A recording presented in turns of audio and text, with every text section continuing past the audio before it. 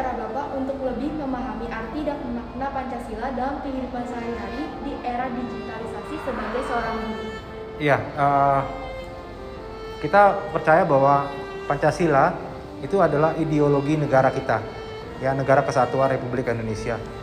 Dan sebagai satu ideologi, Pancasila ini sudah teruji oleh sejarah, oleh waktu, ya. Beberapa kali kalau kalian pelajari dalam sejarah ada tantangan, ya, dari ideologi yang lain. Ternyata memang Pancasila membuktikan bahwa dia sakti, ya.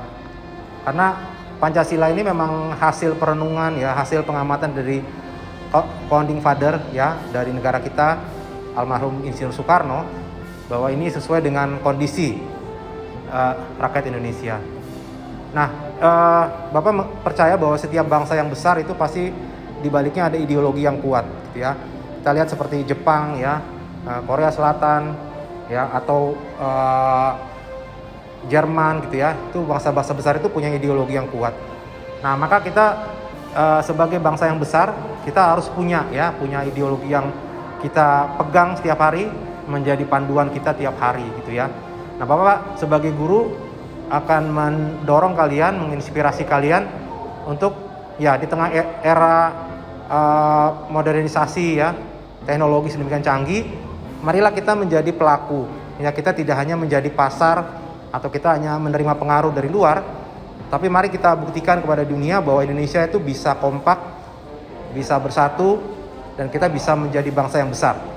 Ya, itulah ideologi Pancasila yang akan kita lakukan. Jadi tidak hanya di atas kertas, tapi itu kita lakukan sehari-hari. Ya, saya rasa itu yang saya bisa sampaikan. Terima kasih. Sebagai seorang murid, yang dapat kita lakukan adalah yang pertama, memahami arti dan inti dasar Pancasila secara mendalam di dalam kehidupan kita masing-masing.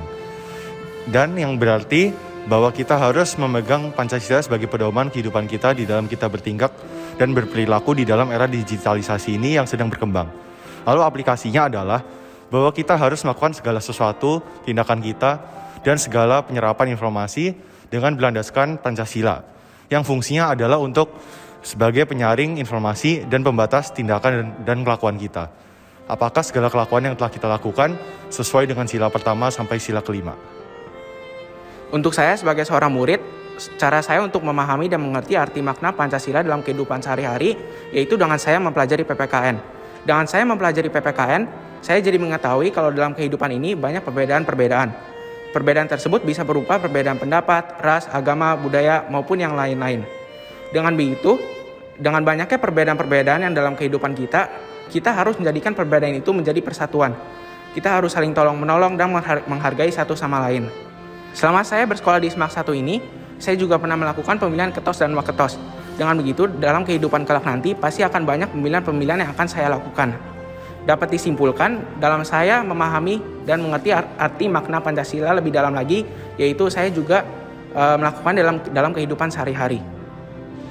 Menurut saya, sebagai seorang murid di era digitalisasi ini, kita tidak luput dari yang namanya sosial media dan juga berinteraksi secara digital.